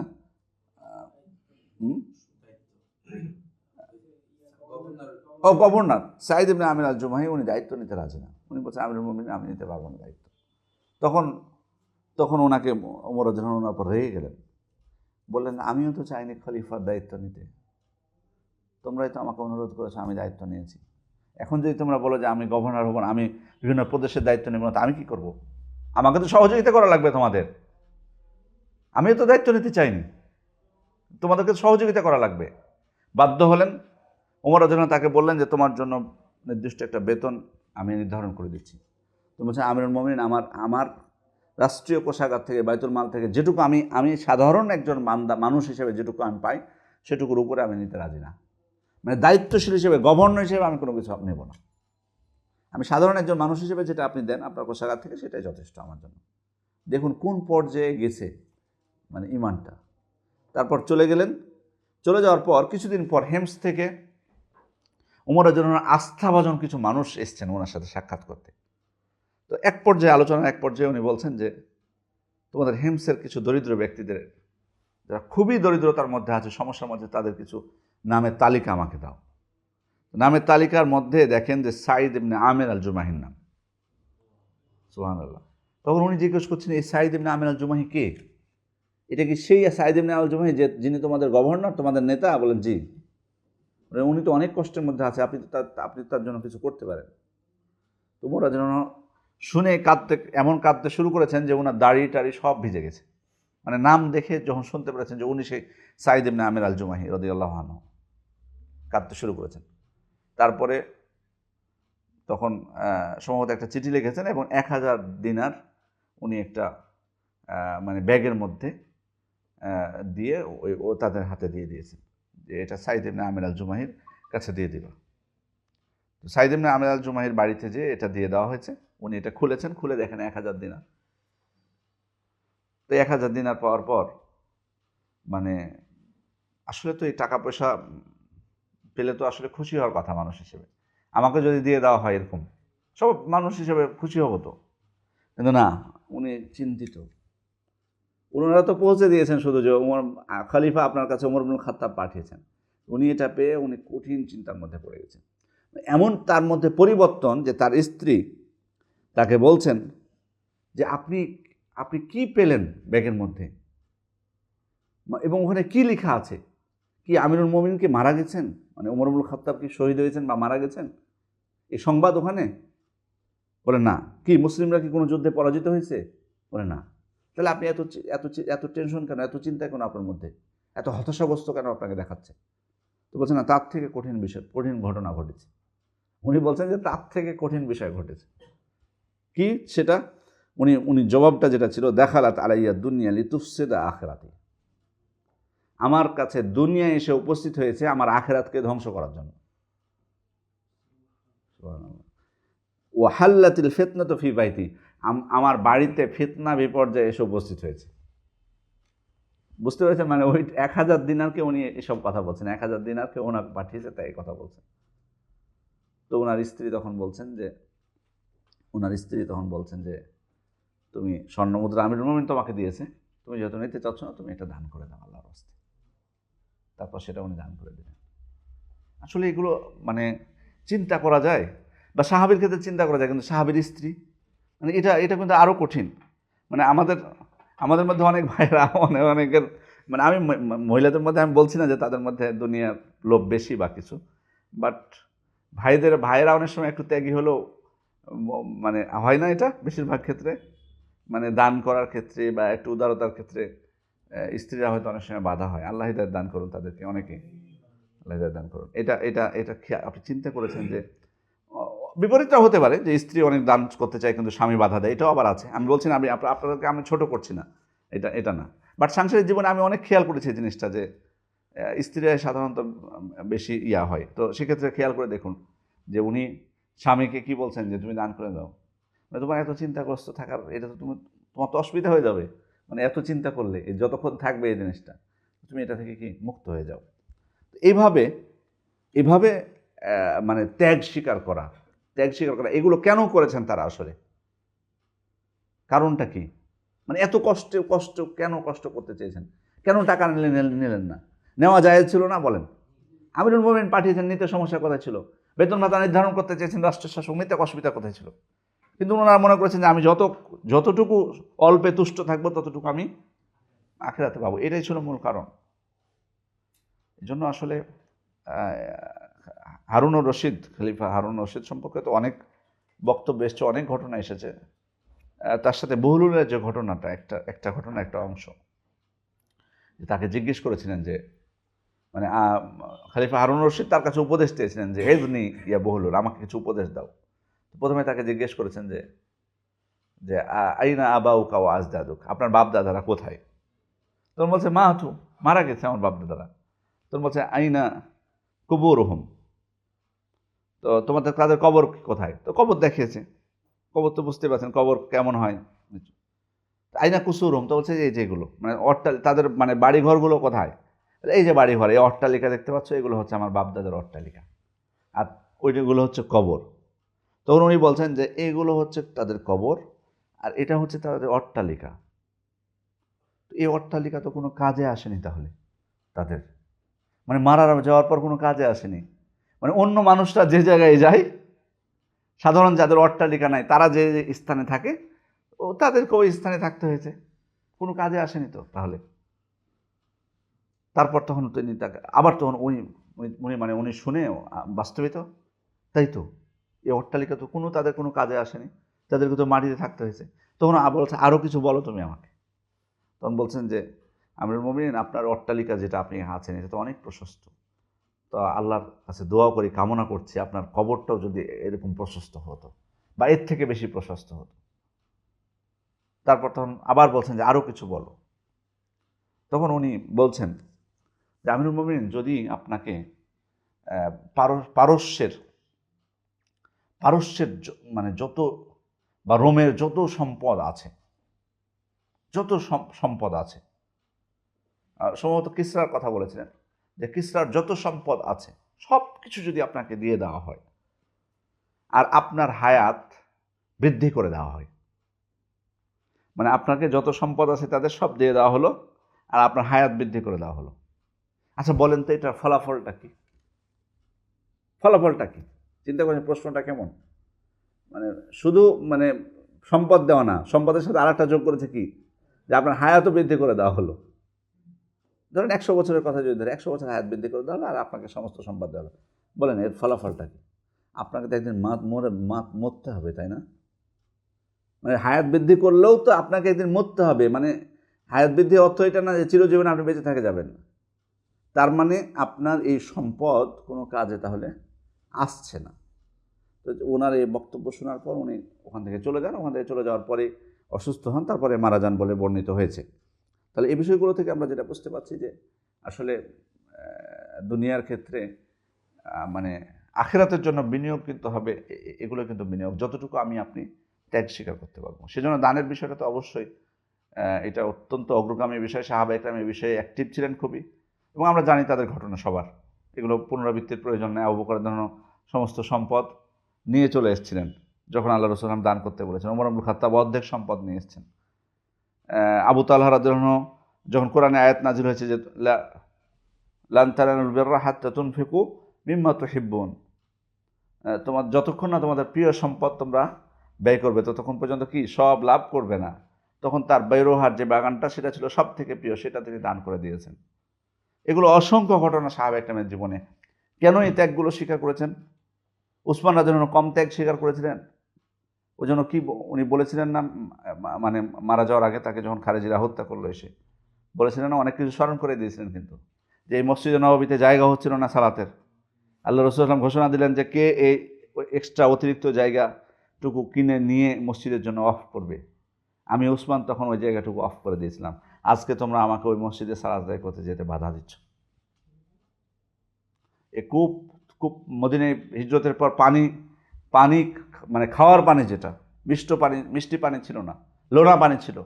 মুসলিমদের সাধ্য ছিল না ওই কূপ থেকে, ওই যেটা রোমা কূপ থেকে পানি মানে ক্রয় করে পানি পান করবে, এরকম সামর্থ্য ছিল না। তখন আল্লাহ রাসূল সাল্লাল্লাহু আলাইহি ওয়াসাল্লাম কি বললেন, যে ব্যক্তি রোমা কূপ ক্রয় করে মুসলিমদের জন্য অফ করে দিবে সে ব্যক্তি জান্নাত পাবে। সে উসমান রাদিয়াল্লাহু আনহু, আমি তখন সেই কূপটা ক্রয় করে আল্লাহর ওয়াস্তে সেটা আমি দান করে দিয়েছিলাম। সেই কূপ থেকে আমাকে আজকে পানি পান করতে তোমরা বাধা দিচ্ছ। আজকে আমি লোনা পানি খেয়ে আমি আজকে বেঁচে আছি। তাদেরকে কয়েকটা বিষয়, এটা গর্ব অহংকার করে বলেননি, স্মরণ করে দিয়েছেন শুধুমাত্র। কেন দিয়েছিলেন এত কিছু তারা? কারণটা ছিল একমাত্র কি হওয়ার জন্য? আখিরাতে বিনিয়োগ যাতে হয়, এটাই ছিল মূল লক্ষ্য, আখিরাতে বিনিয়োগ। আমলের সম্মানিত উপস্থিতি, এরপরে হচ্ছে যে আত্মতুষ্টি, মানে এটা একটা হলো ত্যাগ আর একটা হলো অল্পে তুষ্ট থাকা। এটা অত্যন্ত গুরুত্বপূর্ণ বিষয়। এটা যদি হয় তাহলে এটাও কিন্তু আমাদের আখিরাতের জন্য বিনিয়োগ হবে। আল্লাহ রাসূল সাল্লাল্লাহু আলাইহি ওয়াসাল্লাম বলেছেন, মান কানাতিল আখিরাতু হাম্মাহু জাআলা আল্লাহু গিনাহু ফি কলবি। আখিরাত যার মানে চিন্তার বিষয় হবে, আখিরাতটা একমাত্র তার চিন্তার বিষয় হবে, আল্লাহ তার অন্তরকে অভাবমুক্ত করে দেবেন। ওয়া জামআ লাহু শামলা, এবং তার বিক্ষিপ্ত বিষয়গুলোকে সংযত করে দিবেন। এই জিনিসটা খুব গুরুত্বপূর্ণ একটা বিষয়, খেয়াল করুন। আমাদের জীবনে কিন্তু আসলে বিভিন্ন সমস্যা যে আছে, সেই সমস্যার সমাধানগুলো মানে কিভাবে হতে পারে, যে এই হাদিসটা আমরা একটু খেয়াল করি। এটা কিন্তু আমাদের জীবনের অনেক সমস্যার সমাধান দেখুন কিভাবে হতে পারে। আল্লাহ রাসূল বলছেন যে আখিরাত যে ব্যক্তির চিন্তার বিষয় হবে, যে আখিরাত যে ব্যক্তির চিন্তার বিষয় হবে, আল্লাহ তার অন্তরকে অভাবমুক্ত করে দিবেন এবং তার বিক্ষিপ্ত বিষয়গুলোকে সংযত করে দিবেন। আমাদের মধ্যে এই সমস্যাটা আছে না? মানে সব কিছু যেন এলোমেলো মনে হয়, মানে গুছিয়ে উঠতে পারছি না। এই সমস্যা হয় কি না আপনাদের? এটা কিন্তু হয়, গুছিয়ে উঠতে পারছি না, সব কিছু যেন এলোমেলো। বহু সমস্যা আমার একসাথে হয়ে গেছে, কোনোটা ফেলে কোনটা করব, কোনটার সমস্যার সমাধান করব, এলোমেলো হয়ে গেছে সব কিছু। আল্লাহ রাসূল সমাধান দিচ্ছেন যে আখিরাত যদি কোনো ব্যক্তির চিন্তার বিষয় হয়, আল্লাহ তার অন্তরকে অভাবমুক্ত করে দিবেন আর তার বিক্ষিপ্ত বিষয়গুলোকে সংযত করে দেবেন। ও আতাতহু দুনিয়া ওয়াহিয়া রাগিবা, দুনিয়া তার কাছে তুচ্ছ মনে হবে। ওমান কানাতিদ দুনিয়া হাম্মাহু জাআলাল্লাহু ফাকরাহু বাইনা আইনাইহি, আর দুনিয়া যার একমাত্র চিন্তার বিষয় হবে, আল্লাহ তার অভাবসমূহকে আল্লাহ তার সামনে এনে দেবেন। এই জন্য এটা কিন্তু পরীক্ষিত বিষয়। যারা দুনিয়ার পিছনে ছুটে, তাদের মুখে কোনো সময় আপনি খুব কম পাবেন যে কৃতজ্ঞতা প্রকাশ করছে আল্লাহ, মানে শুধু অভাবই শুনবেন আপনি। মানে আপনাকে বলবে যে এখানে এত টাকা ঋণ পড়ে আছে, এত টাকা, বা ব্যবসায় লাভ করতে পারলাম না, এত টাকা ক্ষতি হলো। আমি কিছু কিছু ব্যবসায়ীকে দেখেছি, এটা আমি নির্দিষ্টভাবে বলছি না, এখন আমার সত্যি কথা বলছি, আমার মাথায় কোনো ব্যক্তি নাই, আমি এমনিতেই বলছি, আমি বাস্তব অভিজ্ঞতা থেকে কিছু কিছু ব্যক্তিকে দেখেছি যে আমি কোনো দিনই তাদের মুখে শুনিনি যে তার ব্যবসায় লাভ হয়েছে। তার মধ্যে হজের যারা ব্যবসা করে, এটা বলে দিলাম, আমি কোনো ব্যক্তিকে বলছি না, হজের যারা ব্যবসা করে, মানে হাজি যারা নিয়ে যায়, এটা ব্যবসা বলছি আমি, যদিও ওনারা বলেন যে আমরা খেদমত করছি, কিন্তু ব্যবসা বলতে কোনো বাধা নেই। সমস্যা কোথায়? এই ব্যবসা কেউ না করলে যাবে কে? ব্যবসা বলতে এত সমস্যা কোথায়?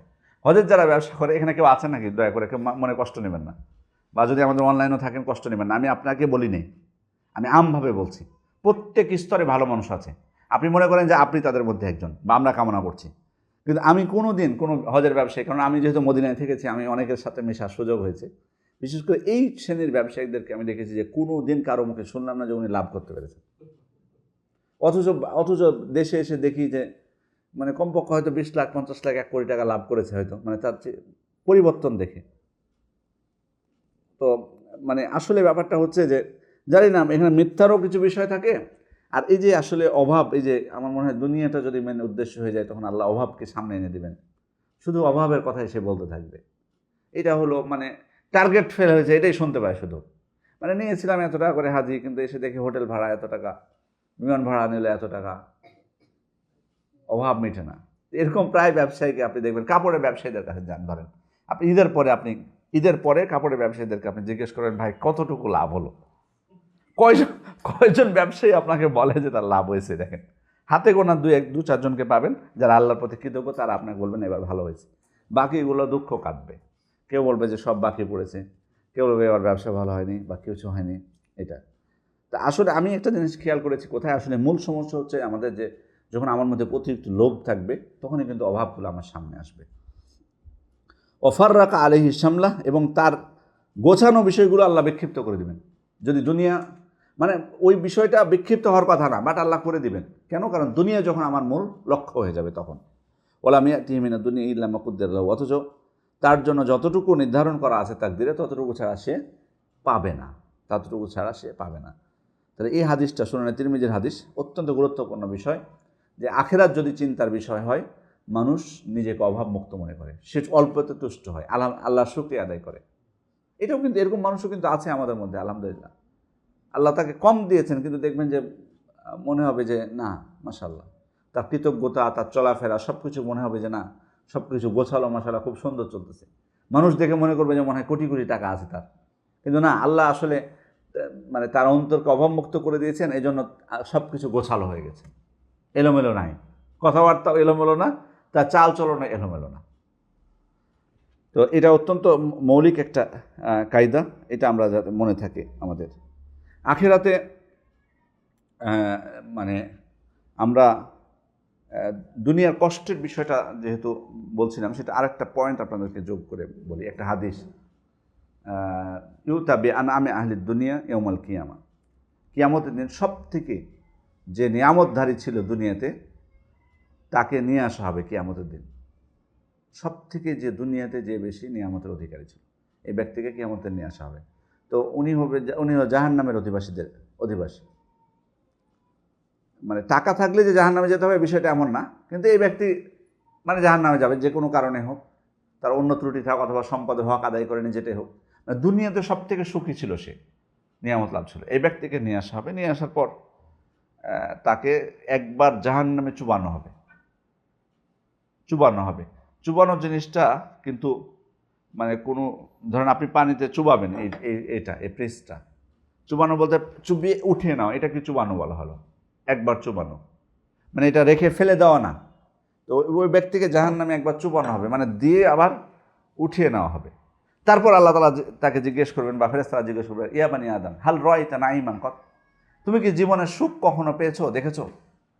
তখন বলবে লা ইয়া রব, না, আমি জীবনে কখনো সুখ দেখতে পাইনি, সুখ আমার ভাগ্যে কোনোদিনই জোটেনি। খেয়াল করেছেন, দুনিয়ার সব থেকে সুখী ছিল সে দুনিয়াতে, বা নিয়ামতের অধিকারী ছিল।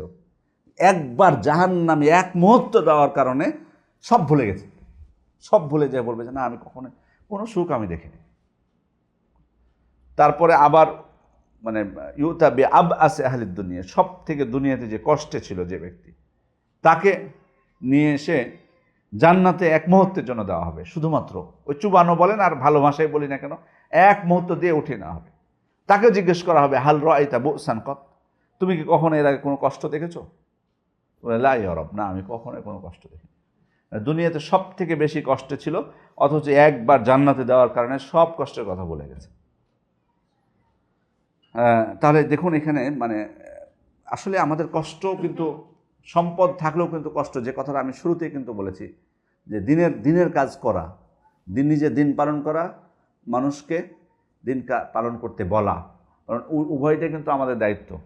খেয়াল করে দেখুন কষ্টটা কোন জায়গায় হওয়ার সম্ভাবনা আছে। দেখুন, ধরুন আপনি মনে করতেছেন যে আমাকে আল্লাহ সম্পদও দিয়েছে, আলহামদুলিল্লাহ, আমি আল্লাহর নিয়ামত ভোগ করছি,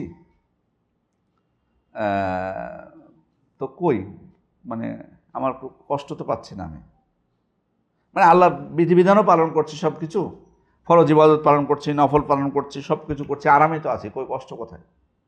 কিন্তু তার মানে বুঝতে হবে যে আমাদের কোথাও ত্রুটি বিচ্যুতি আছে। এদিক থেকে সুখী, বাট তার মানে ধরেন আপনি ভালো কাজ করতেছেন, কিন্তু আপনি ভালো কাজ করতে বলেন না মানুষকে, এটাও কিন্তু একটা ত্রুটি। আপনি খারাপ কাজ থেকে বেঁচে আছেন, কিন্তু মানুষকে খারাপ থেকে বিরত রাখেন না, বাধা দেন না আপনি খারাপ কাজে, এটাও কিন্তু একটা ত্রুটি।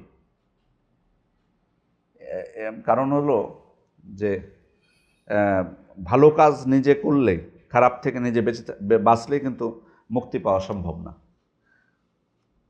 আল্লাহ রাসূল সাল্লাল্লাহু আলাইহি ওয়াসাল্লাম উদাহরণ দিয়েছেন না? কিসের সাথে দিয়েছেন? একটা স্টিমারের সাথে, নৌযানের সাথে উদাহরণ দিয়েছেন। এটা নৌযানের সাথে, কি মনে আছে হাদিস? তোমাকে বলছি, মনে আছে কি? বলো।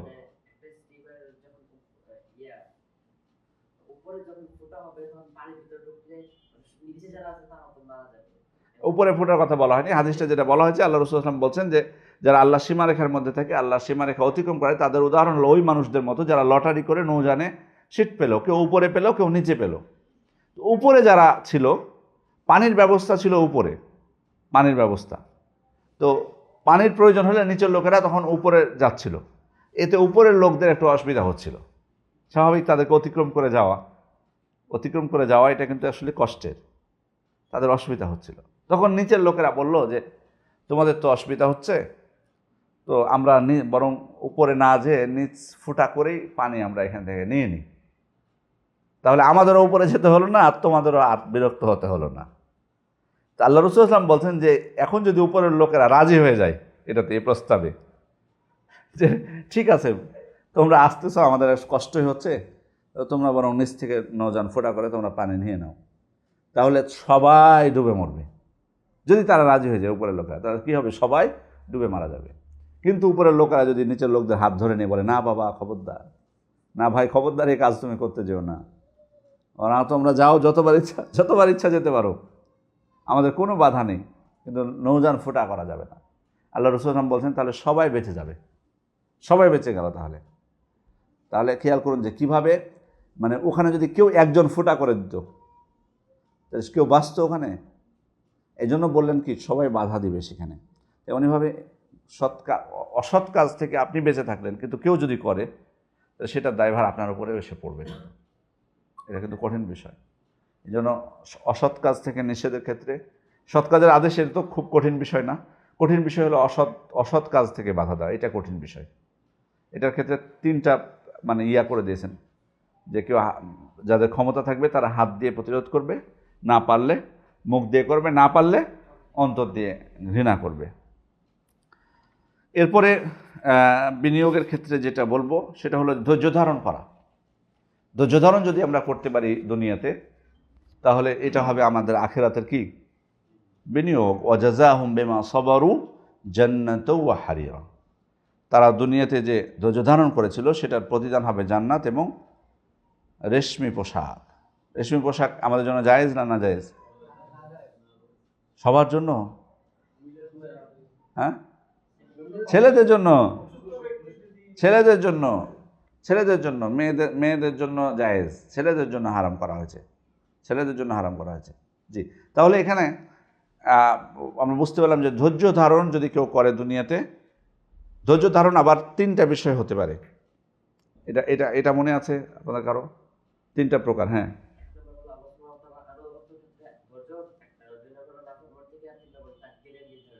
একটু ভালো করে বলো, অনেকে তো যদি কারো প্রথম শুনে তারা কিন্তু বুঝতে পারবে না, যাদের জানা আছে তারা বুঝে ফেলবে তোমার কথা।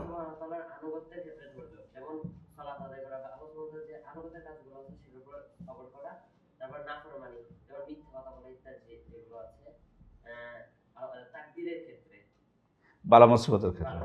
জি, ধৈর্য ধারণ 3 প্রকার, মৌলিক 3টা প্রকার। এক হলো আল্লাহর আনুগত্য করার ক্ষেত্রে ধৈর্য লাগবে। মানে ধরেন আপনি যে কোনো ভালো কাজ, যদি বলি যে তাহাজ্জুদের সালাত একটা ধরি, ধৈর্যের প্রয়োজন না? মানে এত সহজ না, কিন্তু যদি ধৈর্য না থাকে। তারাবির সালাত, ধৈর্যের প্রয়োজন আছে কিনা? প্রয়োজন আছে বলে তারাবির সালাতে প্রথম দিন প্রথম রমাদানে যতজনকে দেখতে পান, 19 রমজানের দিকে, 19 রমজানের কথাই বলি বা 20 রমজানে, কারণ 21 রমজানে আবার 21 রমজান থেকে একটু পরিবর্তন লক্ষ্য করা যায়, আর 27 রমজানে তো অবস্থা খারাপ হয়ে যায়। তো মাঝামাঝির দিকে যে কি অবস্থা হয় না আপনাদের যে মসজিদগুলোতে পড়েন? পরিবর্তন, অনেক পরিবর্তন। কারণ কি? তার মানে যে কারণে পান না তার মধ্যে একটা কারণ হলো ধৈর্য প্রয়োজন। এত সহজ না। বিশেষ করে যদি খতম তারাবি হয় তাহলে আরও প্রয়োজন। আর যদি আস্তে আস্তে কোরআন তেলাওয়াত করে তাহলে ওখানে আপনি খুঁজে পাওয়া মুশকিল। ধৈর্যশীল ব্যক্তি ছাড়া পারবে করতে? এত সহজ না। আর বিদ্যুৎ যদি না থাকে তাহলে তো বুঝতে পারছেন আর রমাদান মাসে আসলে তারাবির সময়, সাহারির সময় আর ইফতারের সময়, হয়তো ঢাকা শহরে হয় না, ম্যাক্সিমাম বাইরে এই 3 সময়ে বিদ্যুতের ডিস্টার্ব করে বেশি। তো এই সময়গুলোতে ধৈর্য ধারণ করা ইবাদতের ক্ষেত্রে এটা অত্যন্ত কঠিন। এরপরে হচ্ছে অন্যায় থেকে নিজেকে বাঁচিয়ে রাখার ক্ষেত্রে ধৈর্য। আপনার চোখে আপনি এক জায়গায় চাকরি করতেছেন, আপনি 7 জন কর্মকর্তার মধ্যে আপনি একজন, 6 জনের সমানে ঘুষ খায়, নিচ্ছে, চোখের সামনে দেখতে পাচ্ছেন ঘুষ নিচ্ছে। ওখানে অনেক ধৈর্যের প্রয়োজন না নিজেকে এই হারাম থেকে বাঁচানোর ক্ষেত্রে? এটা কিন্তু অনেক ধৈর্যের প্রয়োজন এক্ষেত্রে। তারপরে হচ্ছে বিপদ আপদে ধৈর্য ধারণ করা তৃতীয়। তো ধৈর্য ধারণ করলে আসলে এটা আমাদের আখিরাতের জন্য বিনিয়োগ হবে। এই জন্য সহিহ বুখারীর একটি বর্ণনা 5652 নম্বর হাদিস, আতা ইবনে রাবা বলছেন রাহিমাহুল্লাহ, যে ইবনে আব্বাস আমাকে বলছেন যে হাযিহিল মারআ সাউদা।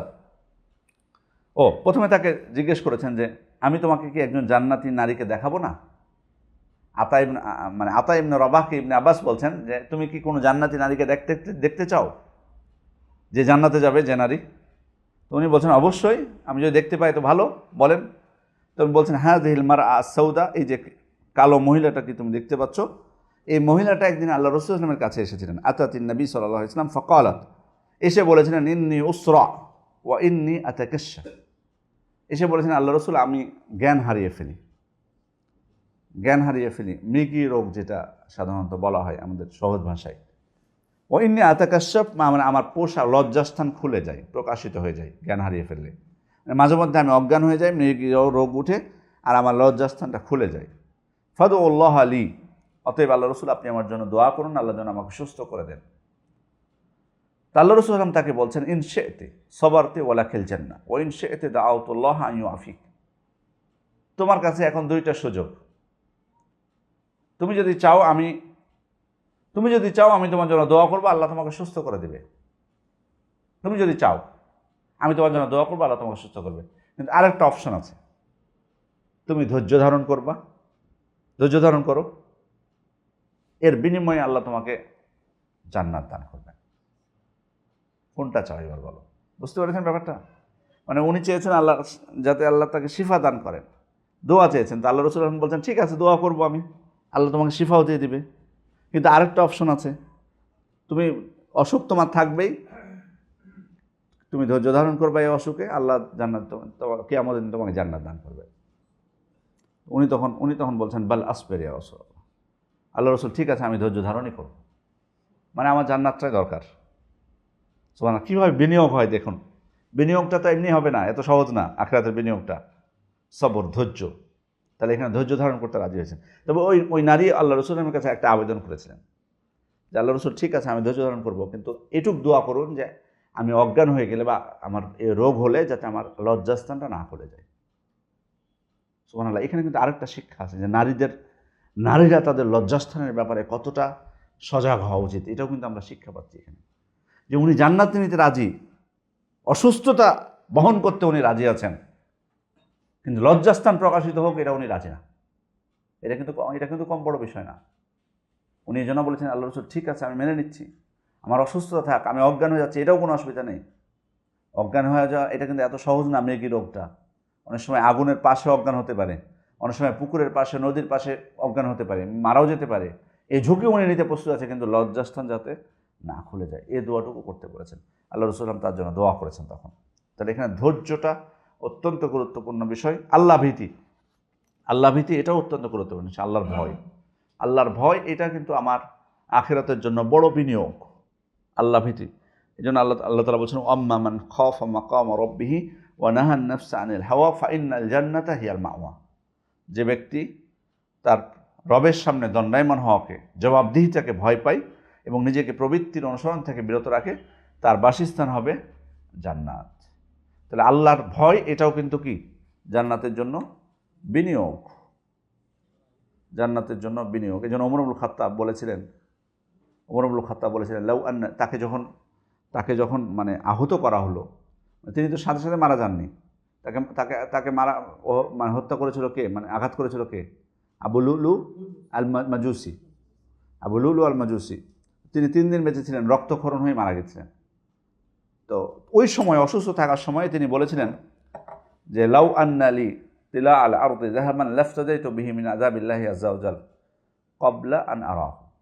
আমার যদি পৃথিবী ভর্তি স্বর্ণ থাকতো, সহিহ বুখারীর বর্ণনা এটি, আমার যদি পৃথিবী ভর্তি স্বর্ণ থাকতো এবং তা দিয়ে আখিরাতের আল্লাহর শাস্তি থেকে রেহাই পাওয়া যেত, তাহলে আমি সবগুলো ফিদিয়া হিসেবে বিলিয়ে দিতাম, দান করে দিতাম।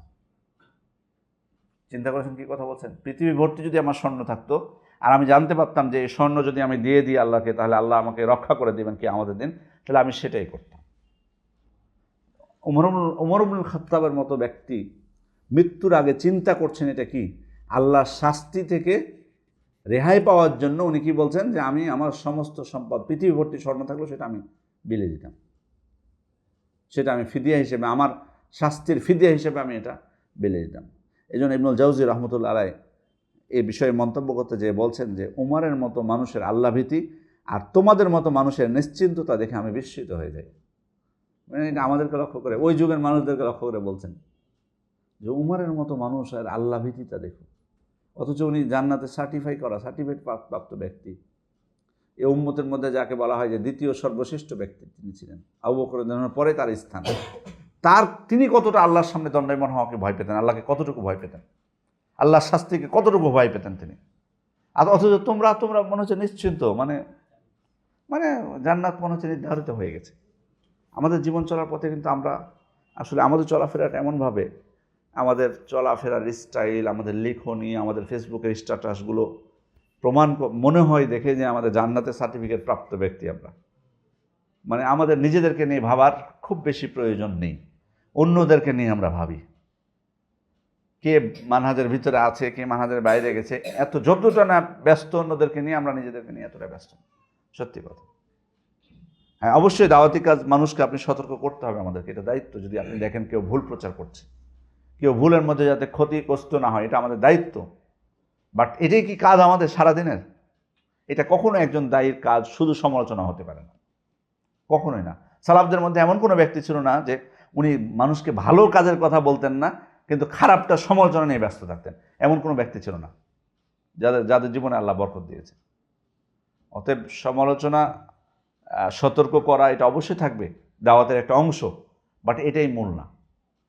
যাই হোক, আমরা শেষ করে ফেলবো ইনশাল্লাহ, শেষ করে দেব। মূল উদ্দেশ্য হলো যে আমরা যাতে আজকের আলোচনার যেটা বিষয় ছিল আপনাদেরকে, আমি জানি না যে কতটুকু আমি আপনাদের জন্য উপস্থাপন করতে পেরেছি, তবে ওই যে মূল আলোচনার সারাংশ কি, আজকে যত আলোচনা করলাম সেটা সারাংশটা কি বাবা? তুমি বলো। শুনে প্রথম থেকে ছিলা? তুমি প্রথম থেকে ছিলা আজকে? ওই যে আমি প্রথমে একটা কথা জিজ্ঞেস করেছিলাম, এক বাক্যে বলতে হবে কি? এক বাক্যে বলতে হবে যে দুনিয়ার জীবনকে কিভাবে আখিরাতের জীবনের জন্য বিনিয়োগ করব। আচ্ছা, আপনাদের জবাবে কোনো পরিবর্তন আছে এখন? বলেন। আপনারা তো তখন জবাব দিয়েছিলেন 2-3 জন, এখন কোনো জবাবে পরিবর্তন আছে? বা না, আমি এক কথাই চাচ্ছি, এক কথায় এক বাক্যে আমি আপনাদের কাছে আমি বেশি বাক্য চাইনি। আমি তো অনেক কথা বলছি, আমি বলিনি। আমি বলছি যে এক বাক্যে যদি আমি আবার বলি যে এক বাক্যে যদি উত্তর দিতে চান, আগের যে উত্তরটা দেওয়া হয়েছে এখন কি কোনো পরিবর্তন আছে, না আগের উত্তরটাই বলবৎ আছে?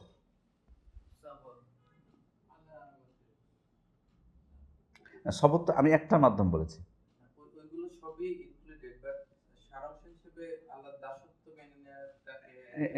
এটাই পুরোটাই, মানে ইসলামের বিধিবিধানগুলো পালন করা, যেগুলো আমরা আদিষ্ট হয়েছি, এটাই একই কথায় যেগুলো জবাব এসছে, আমি মনে করি যে একই জবাব, এটা আমার দৃষ্টিতে একই জবাব। কারণ কি বলেছিলেন ওনারা? কেউ বলেছেন আমলের সলে, ধৈর্য কি আমলের সলের অন্তর্ভুক্ত না?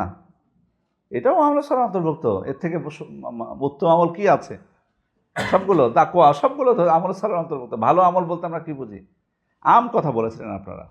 তারপর আরও এরকম কিছু জবাব দিয়েছিলেন এই জাতীয়, যেগুলো আমভাবে ঠিকই আছে, এক বাক্যে বললে সেটা ঠিকই আছে। সেটাই এখন যেটুকু আমি বললাম সেটুকু ব্যাখ্যা বিশ্লেষণ হয়েছে মাত্র। মূল যেটা থিম সেটা হচ্ছে আল্লাহর আনুগত্য করা, আল্লাহ এবং তার রাসূলের আনুগত্য করা, এটাই হচ্ছে সঠিক কথা। জাযাকুমুল্লাহু খাইরান। আমরা সবার শেষে দোয়া পড়ে নিই। সুবহানাকাল্লাহুম্মা ওয়া বিহামদিকা আশহাদু আল্লা ইলাহা ইল্লা আনতা আস্তাগফিরুকা ওয়া আতুবু ইলাইক। আসসালামু আলাইকুম ওয়া রাহমাতুল্লাহি ওয়া বারাকাতুহু।